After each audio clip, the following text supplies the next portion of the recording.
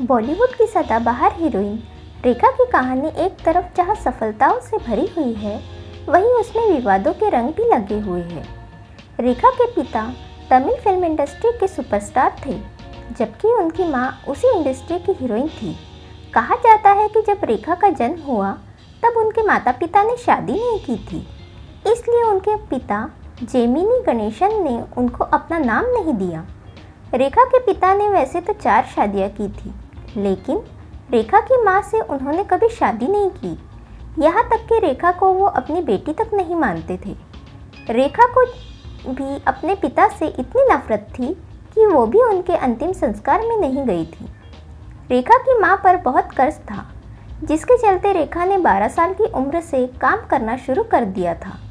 काम करने से मना करने पर उनके भाई उन्हें बहुत मारते थे।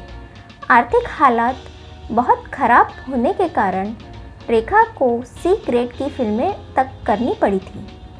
बॉलीवुड में रेखा ने 1970 में पहली बार सावन भादो फिल्म के जरिए अपने करियर की शुरुआत की। ये फिल्म सुपरहिट हुई थी। रेखा पहले सांवली और काफ़ी मोटी हुआ करती थी। उसे हिंदी बोलना तक नहीं आता था। बॉलीवुड इंडस्ट्री में उनका काफ़ी मजाक उड़ाया जाता था।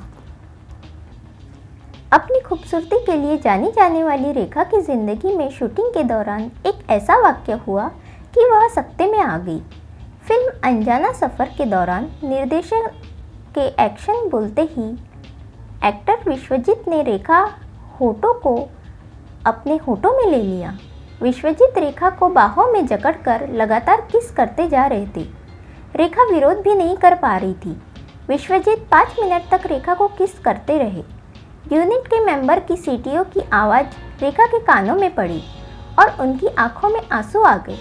रेखा ने आंखें बंद कर ली।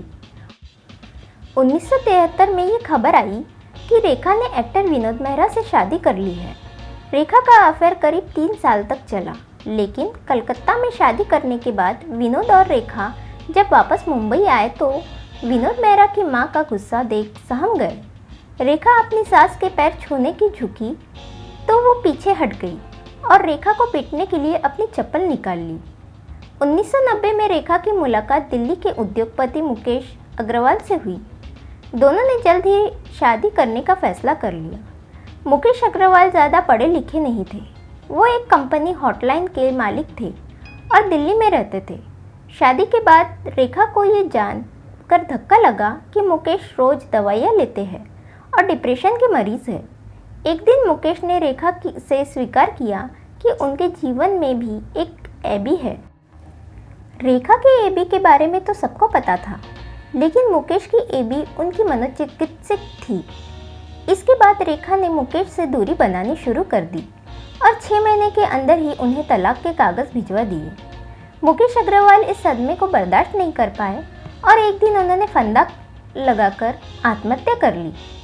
आज रेखा ने अपने आप को अभिनेत्री सुचित्रा सेन की हालत में ढाल लिया है।